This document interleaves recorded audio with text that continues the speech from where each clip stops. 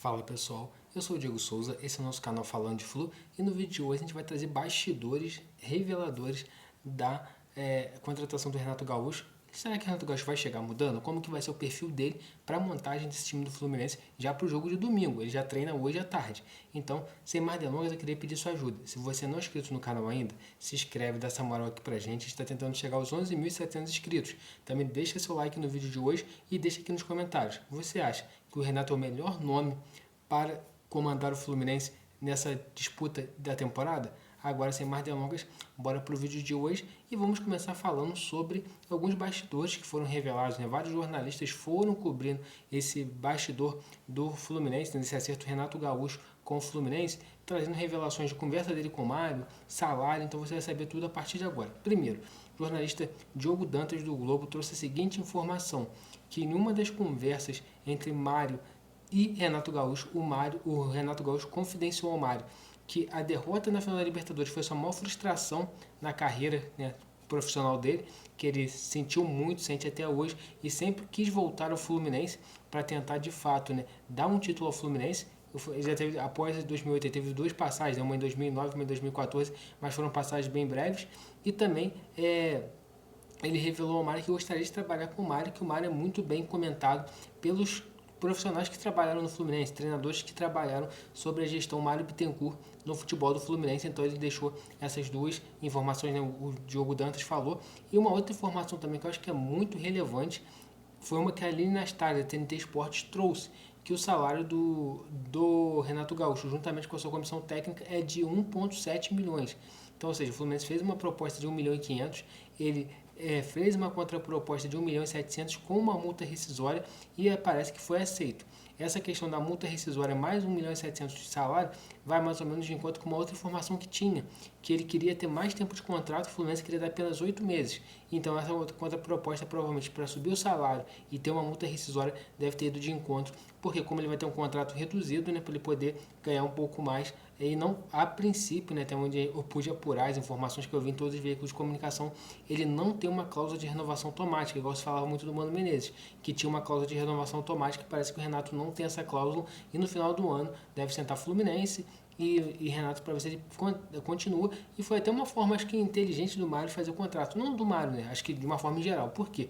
Final do ano tem eleição no Fluminense. Não sabe se o Mário vai ganhar, se o candidato do Mário vai ganhar. Então, como que você vai fazer um contrato de 2 anos com o treinador, se sendo que no final do ano você vai sair da presidência do clube, né? E talvez, claro, ele ainda tem essa questão de SAF, tá rolando, mas a princípio ele vai sair da presidência do clube e vai ter um novo presidente, que pode gostar do Renato ou não. Embora também, uma coisa que a gente fala nas lives que a gente fez ontem, o nome do Renato é uma unanimidade, tanto de torcedores, dirigentes, ele agrada tanto gregos quanto troianos.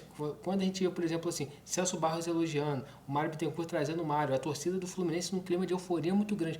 Há muito tempo que eu não vi a torcida do Fluminense tão eufórica com a contratação de um treinador.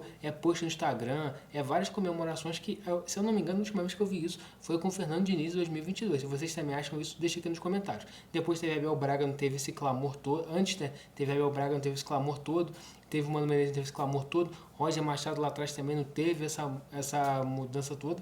Então, eu não me recordo. Eu lembro do Diniz em 22 e estou lembrando agora, né, do Renato Gaúcho. E eu acho que é o momento certo do Renato Gaúcho voltar para o Fluminense, pela forma que ele pensa futebol, pelo momento que a gente está passando também. Eu acho que pode se encaixar muito bem esse time do Fluminense com o trabalho do Renato Gaúcho. E falando um pouco sobre o trabalho dele, ele é um treinador muito conhecido por tentar praticar um jogo ofensivo. Times do Renato Gaúcho normalmente são times que gostam de jogar ofensivamente. Você não, dificilmente vai ver um time do Renato Gaúcho se defendendo muito.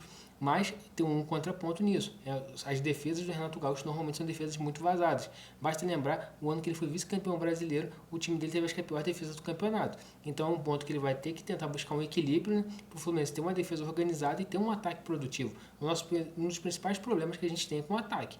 E quando a gente fala disso, o que eu acho que os desafios que o Renato vai ter, ele vai ter que chegar mudando o time do Fluminense. Para mim, é óbvio, eu gravei um vídeo ontem, vai ter até pouca visualização, quem puder ver, falando dos desafios que o Marcão teria. Só que o Renato Gaúcho foi anunciado, eu não deixei de postar o vídeo.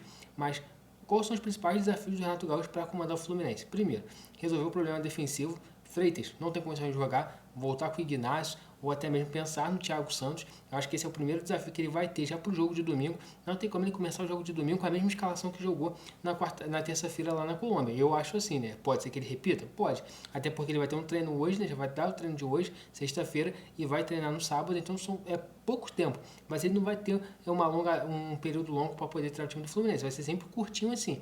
Então, eu acho que ele já deveria mexer na defesa, vou promover o retorno do Ignacio. No meio de campo também, eu sacaria o Hércules e colocaria o Bernal. Eu acho que ele já tem que começar a ter um pensamento assim e também resolver esse problema do meio de campo. Vai botar o Lescano? O Ganso já está treinando. Só que a gente não sabe se o Ganso vai ter condições de jogar domingo. Dificilmente ele vai ter condições de jogar o jogo todo. Talvez ele entre no finalzinho, tem alguma vantagem? Pode ter ser que sim.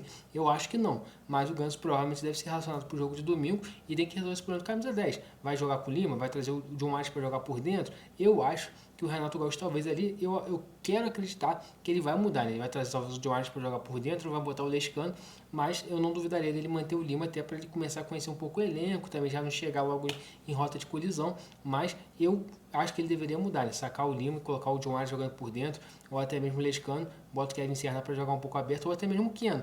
E eu acho que essas mudanças são necessárias já para o jogo de domingo, mas eu acho que o Renato Gaúcho vai ter um árduo trabalho pela frente, até porque não pega nada construído, né? Às vezes um treinador, igual por exemplo, quando o Abel Braga sai do Fluminense, o Fernando Diniz chega, ele tem um trabalho ali mais ou menos construído. Claro, ele vai botando seu toque, ele muda uma coisa ou outra, mas já tinha algo desenvolvido.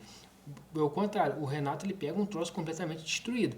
E pega destruído tanto no bola em campo ali, né? O time não tem um padrão tático, o time não tem. Antes tinha uma defesa sólida, mas não tem uma defesa sólida. E também pega o vestiário destroçado. A gente vê relatos, né, de alguns jogadores falando de como que era difícil a relação com o Mano Menezes no dia a dia. E um dos méritos também que eu acho que convergiu muito para o Renato Gaúcho acertar o retorno dele para o Fluminense é essa questão de ser um bom gestor de grupos. Eu estava procurando algumas informações, algumas notícias, né, vendo alguns podcasts de pessoas falando do Renato Gaúcho. E uma das que mais me chama a atenção foi uma do Felipe Luiz. Felipe Luiz, que é um treinador bam do momento, né, e com todos os méritos, é um bom treinador realmente, falando que o Renato Gaúcho trabalha muito, entende muito de tática, tem uma leitura de jogo muito boa e principalmente porque a gestão de grupo dele é excelente. Então, meio que eu assisti muito podcast, vamos supor, antes de 2021, 22, e muitas pessoas falavam mal do Renato Gaúcho. De 23 para cá, muitas pessoas que vão nos podcasts falam muito bem do Renato Gaúcho. Fala que sim, ele entende de tática, fala que ele é um cara que talvez, tipo assim, não é um Pep Guardiola da vida taticamente, mas é um cara que entende de tática, tem uma boa leitura de jogo, trabalha pra caramba. É porque ele meio que vende uma imagem de boleirão, né? Mas isso daí também, tipo assim, passou. Talvez era um Renato mais lá de trás, né? A gente viu um Renato muito mais amadurecido, pô, muito mais velho, com outra cabeça, outros pensamentos ali. Então, por isso que eu acho que ele amadureceu nessa parte tática de gestão de grupo. Ele sempre deu uma aula, sempre foi muito bom, mas a parte tática também eu acho que ele amadureceu muito com o passar do tempo e é um cara que trabalha pra caramba. Então eu acredito que esse time do Fluminense vai encorpar, né, sobre o comando do Renato Gaúcho. E também trazendo uma informação que muitas pessoas falavam sobre a diretoria do Fluminense. Quem está falando muito sobre isso é o Felipe Melo, falando que a diretoria do Fluminense age com uma certa coerência, porque, por exemplo, tinha o Abel Braga foi contratado para fazer o time jogando ofensivamente, depois veio o Diniz, que a gente sabe que era um cara muito ofensivo, depois teve que trazer o Mano, porque você precisava ter uma quebra ali, né, de um conceito para você fortalecer sua defesa, se livrar do rebaixamento, e agora traz o Renato, que é um cara que joga para frente. Só que, para mim, o único problema dessa fala do Felipe Melo, dessa questionamento da diretoria é o seguinte: se você queria um treinador para aquele momento, para você se livrar do rebaixamento, não fazia sentido você renovar com o Mano Menezes para 2025, né? Então você deveria encerrar o trabalho ali. Então esse foi um erro, mas eu acredito que o Renato Gaúcho vai ser muito bem sucedido no Fluminense e com certeza, com a